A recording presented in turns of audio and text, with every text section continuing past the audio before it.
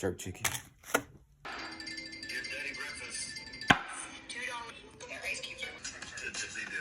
With ketchup, way better. The only Arby's. it ended at Arby's. I know. Ones of any brand. I never thought of it that way. Gotta go with more. That's $2.